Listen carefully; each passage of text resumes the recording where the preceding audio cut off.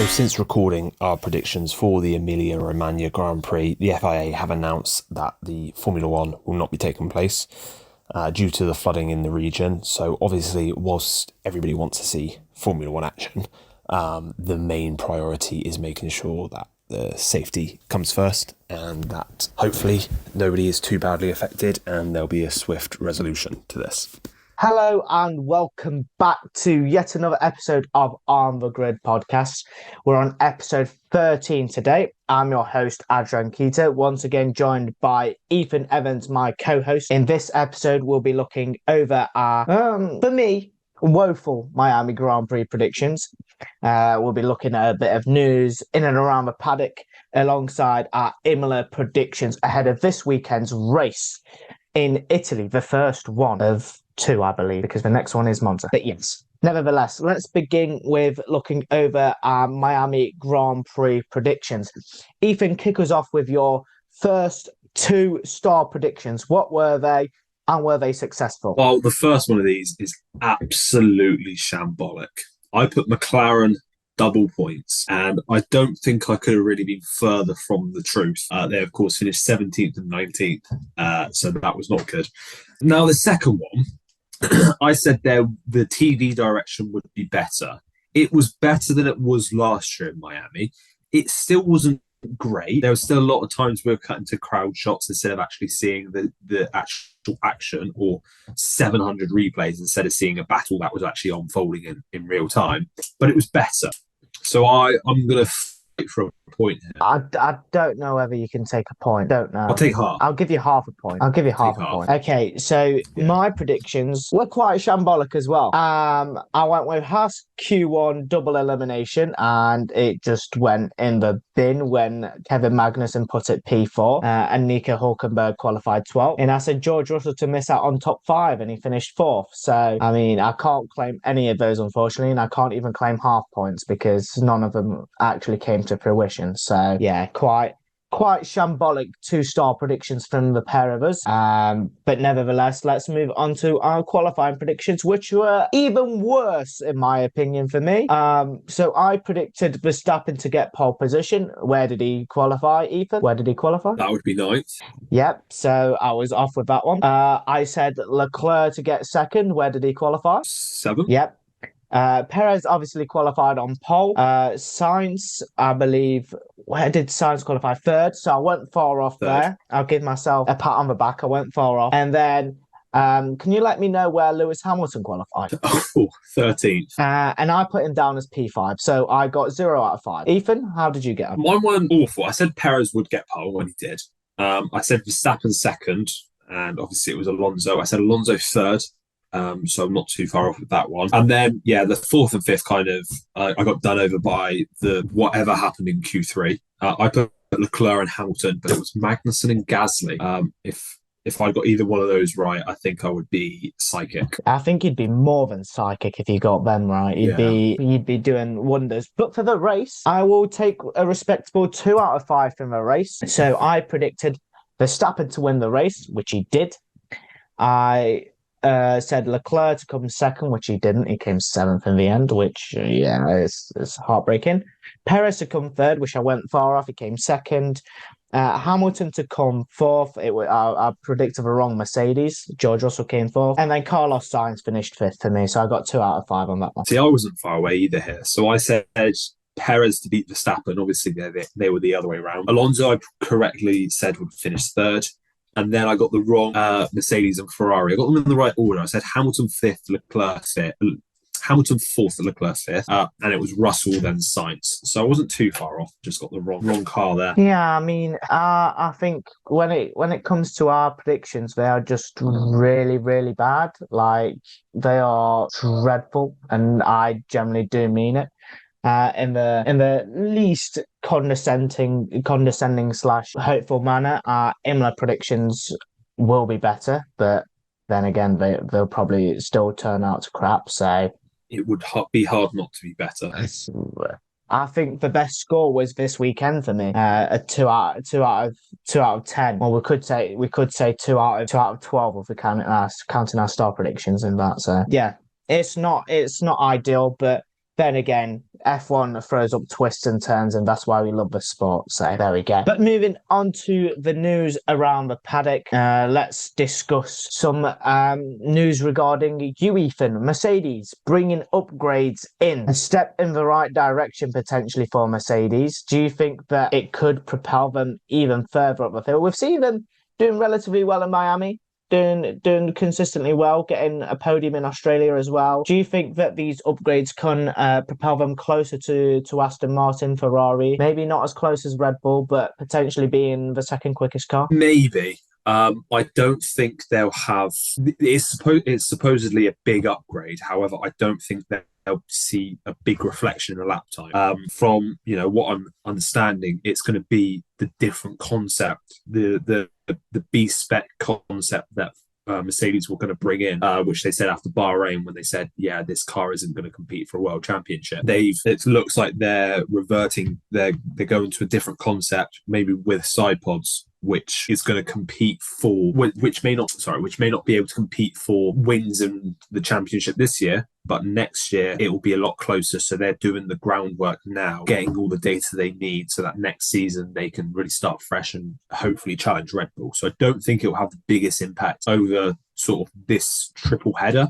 Maybe it will put them a little bit further in front of Aston Martin and Ferrari. I can only hope, but in terms of a big upgrade close to Red Bull, I don't see that happen. So would it be fair on reflection saying that these upgrades could potentially help Mercedes more in the long term than in the short term? Yeah, I think that's what it's designed for. I think it is designed to be a long-term aid to what they're doing at the minute and reverting to a different concept, which is going to help them in the later stages of this season and next season. One final thing to kind of touch upon. Do you think that if they're going with obviously the B spec, do you think there could be an element of risk potentially of them going backwards and not forwards? Yeah, definitely. It could work either way. It could work out that they, their lap time's slightly quicker. But I think it's also very possible that they could be, quite comfortably the fourth quickest at Imola. So I can see it going either way, to be honest. But yeah, we'll just have to wait and see. Moving on to my team, Ferrari. Down in the dumps at the moment. Not looking very confident after what I would class a very poor Miami Grand Prix. Charles Leclerc finishing 7th and Carlos Sainz finishing 5th. A very lackluster performance from the two Ferraris. But Ethan, from one team that are making upgrades to a team where I think do need upgrades, Ferrari are in need of something magical, something that can propel them back to where they were at the start of 22 when the regulation changes happened. What do you think that Ferrari need? Do you think that potentially some aero developments are needed, maybe something towards the top speed? Because we're obviously seeing the difference between Ferrari and Red Bull, especially in Baku. Going down the straight with DRS, Red Bull had, I believe it was a 30-kilometre-an-hour difference to Ferrari. Ferrari, obviously, without the DRS, Red Bull with the DRS. Do you think that something needs to change with the top speed, or do you think they just need a bit of stability in the aero department, or something with the durability, with the time management, because they've also struggled with that? Yeah, that's a big thing, actually. The time management. They need to get on top of that and really find a way of improving the car's ability to handle the tyres. But what the other 9 teams need to do is they need to work out how Red Bull are so quick in a straight line yet still have a lot of downforce. They've got a high downforce, high top speed setup, which, anybody who knows much about F1 know that is pretty much impossible to come up with a way of being able to go through the corners quickly and still being incredibly quick in a straight line. So that will be the focus, I think, for all of the other 9 teams, is working out what Red Bull are doing and how they're so much quicker. I just think that Red Bull have a complete rocket ship, even though they've had less wind tunnel time, obviously implemented due to the penalty as well. So they've had less time testing, and they will have throughout the season. It doesn't seem to have hampered them. They seem to have progressed the car from 2022 into a different machine, and it's going to take a lot to stop them. Maybe not this year, but next year, all the 9 teams need to think of a strategy, of a plan to to implement to put an end to Red Bull's reign. Well, it's quite funny to see that the two teams that breached the cost cap last year are actually the two quickest cars this year in Red Bull and Aston Martin. So I'm not saying there's anything there. We'll have to wait and see this year what the cost cap is.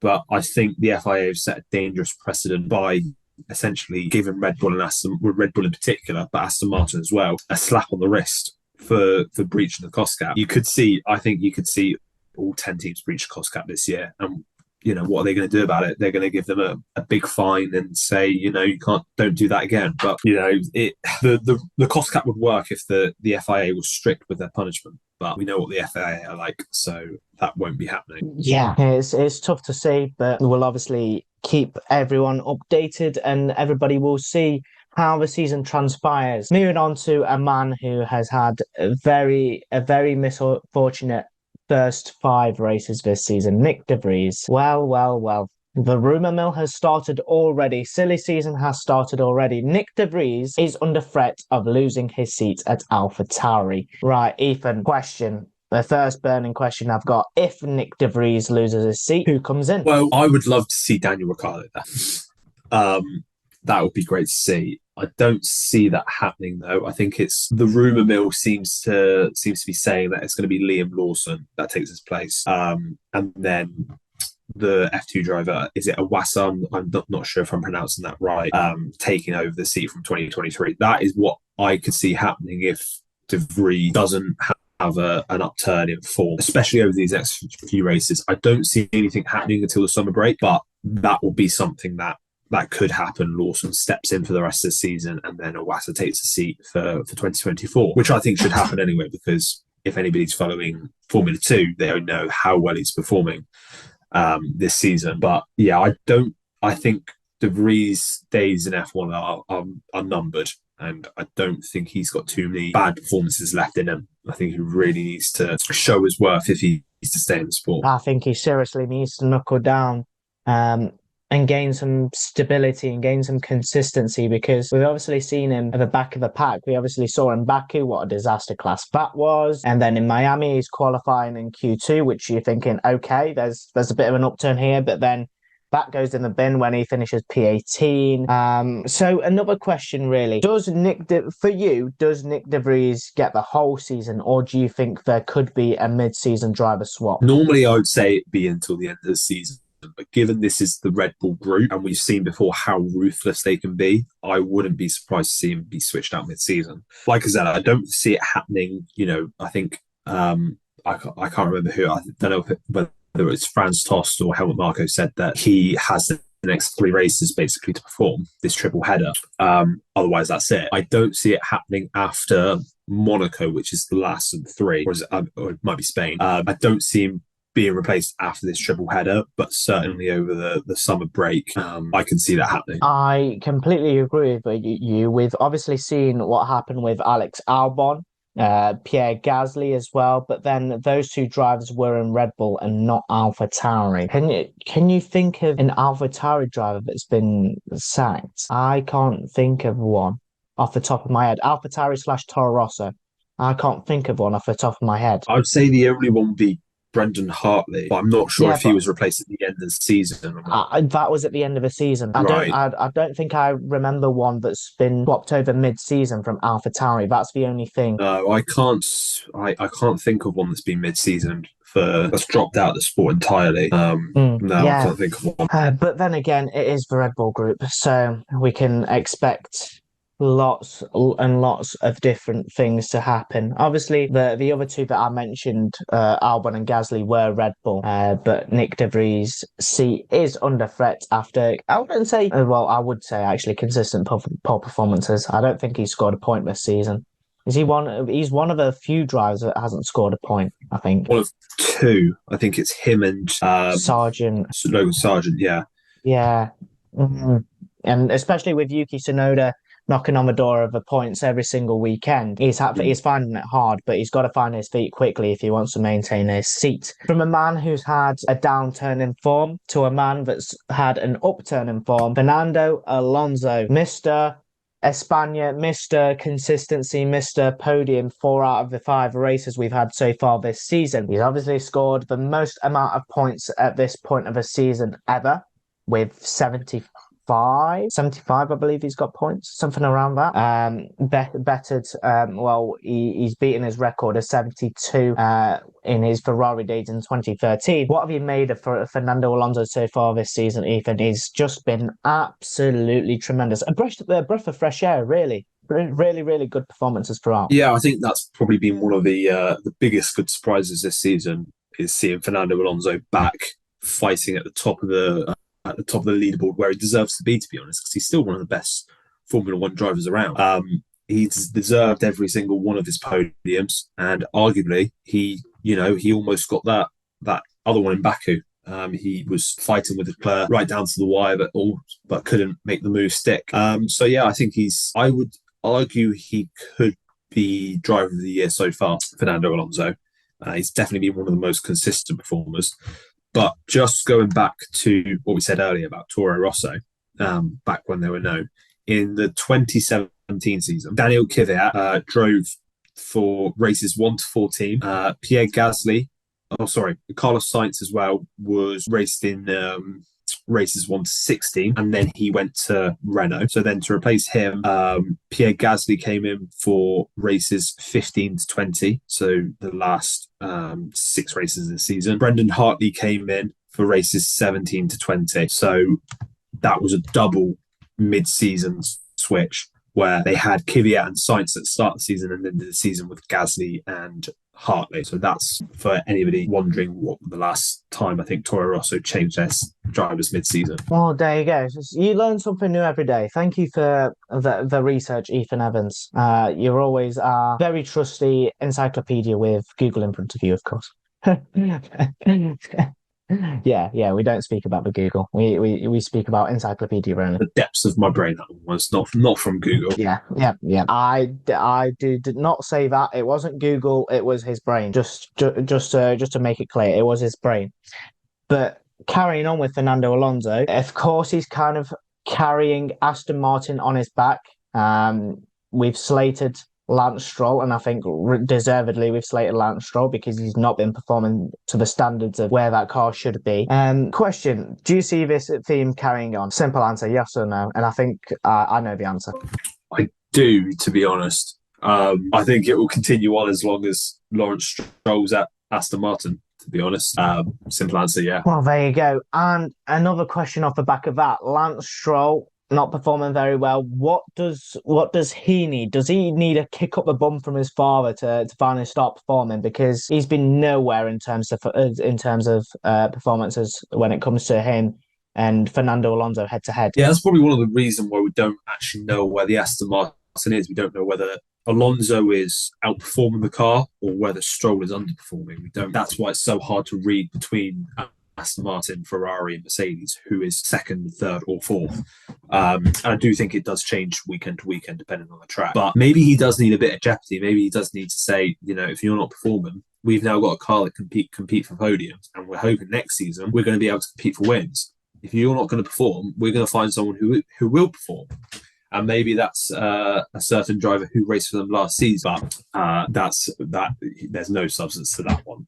But yeah, maybe he just does need that, someone to say, look, your seat's not guaranteed here. If you don't perform, we'll find a different driver. I know you kind of uttered the name Sebastian Vettel under your breath ever so slightly there, but there's been a little bit of news come out recently that Sebastian Vettel is in pole position to getting the seat to get the first seat at Audi in 2026.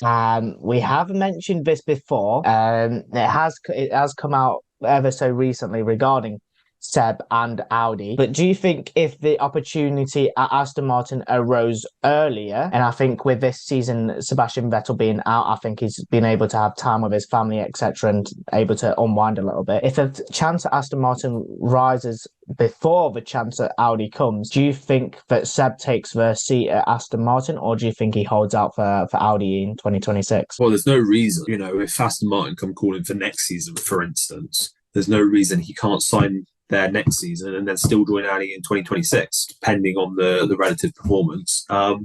I think Vettel will definitely be back in F1 in some capacity. I think whether that's a one-off race or whether he's going to sign for another season. The only problem is he's 36, 37 at the minute, and 2026 he's going to be around 40. I know we've seen Fernando Alonso continue, but you've got to question how many years he's going to be able to be in F1. So 2026 for someone of his age is quite a way away. So we'll have to wait and see on that one. I don't know if he got much longer in him past 2026. Let's put it that way. Our final topic on the agenda is we begin our very first triple header this season at Imola, with Spain and Monaco, the other two races in that triple header. Ethan, what do you think we can expect from Imola? A track where it's quite difficult. It's a very narrow track. Mistakes come very often, and it's a track where it punishes mistakes. We obviously saw Russell and Bottas tangle, Lewis Hamilton and Max Verstappen tangle. What do you think we can expect from Imola? A Red Bull 1-2, to be honest. I think a Red Bull 1-2. It will be interesting to see if one of them does qualify out of position, because they've done it before at Saudi Arabia and Australia, and then Miami last weekend, where it's three tracks where, relatively speaking, overtakes are possible. At Imola, it might be a little bit different. However, there is that big, long start-finish straight, so we'll have to wait and see on that one. But yeah, I think a Red Bull 1-2 first and foremost. Second of all, I think Imola's a classic racing track, isn't it? It's great to see it on the calendar. It's punishing. There's gravel traps after the majority of the corners, so you cannot run wide. It's a classic old school racing track, and it'll be great to see it again. I think what better way to move on to our predictions now. I'll start off with the 2-star predictions. I've gone bold. I've gone very bold. My mind and my heart are giving me very different signs, but I'm going to stick with my heart, and I'm going to stick with my gut, and I'm going to put my head on the line.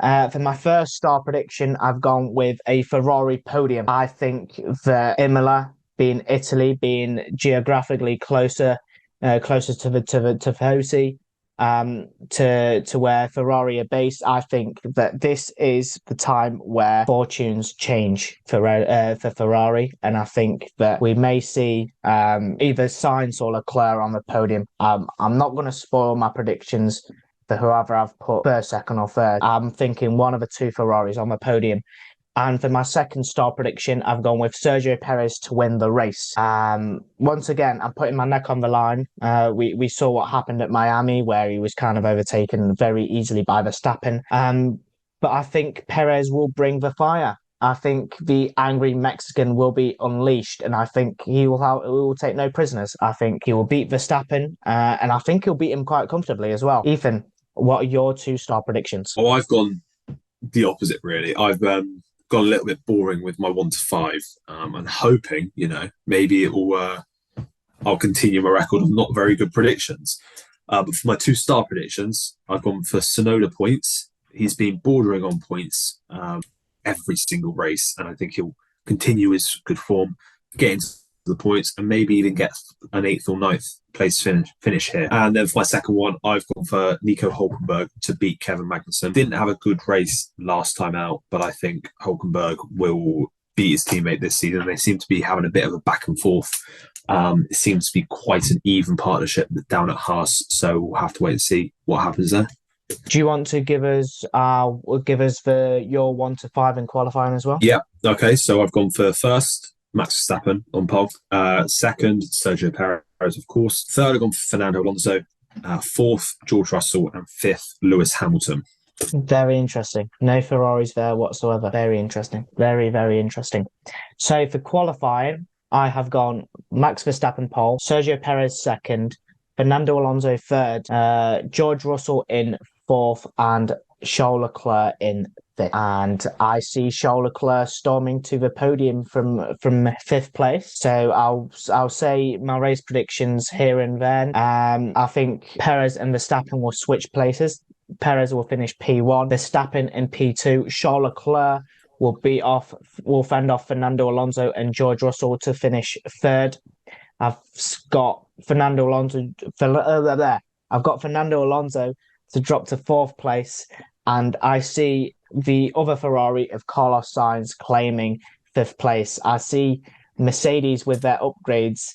Instead of going forwards, I see him falling back ever so slightly. Interesting. So my 1 to 5 have gone for Verstappen to convert his pole into victory, and then Perez and Alonso to make it yet another Red Bull and Alonso podium. Lewis Hamilton fourth and George Russell fifth is my predictions. Now I haven't put Ferrari in either of my top fives. I think they're going to have a terrible weekend. And I think it's going to give them the reality check that they need. And they're going to be in the races to come, particularly after this triple header. They're going to be a lot better. And seeing on home soil a poor performance will actually give them that boost that they need to actually think, hang on a second, what we're doing here is terrible, and really be a reality check for them. I'm hoping the reality check has already happened in Miami instead of in front of a home faithful. But if it does happen, it may be a thing for the best, a better thing for them to kind of have a reality check in front of the Italian fans and be like, right, we need to really switch on, otherwise we're fading. We're gonna be fourth here instead of third or second. So yeah, that is the bit of news we've covered, and we've reviewed our Miami predictions. Thank you everybody for listening to episode 13 of On the Grid podcast. I've been your host, Adrian Keita. Ethan Evans, thank you for joining me once again. We'll be back next week, sharpish, reviewing Imola and previewing Spain, I believe it is next after Imola. Previewing Spain, reviewing Imola, reviewing our predictions, etc., etc. Thank you for listening. Thank you for supporting our Instagram, Twitter, TikTok, whatever. We'll see you next week. Goodbye.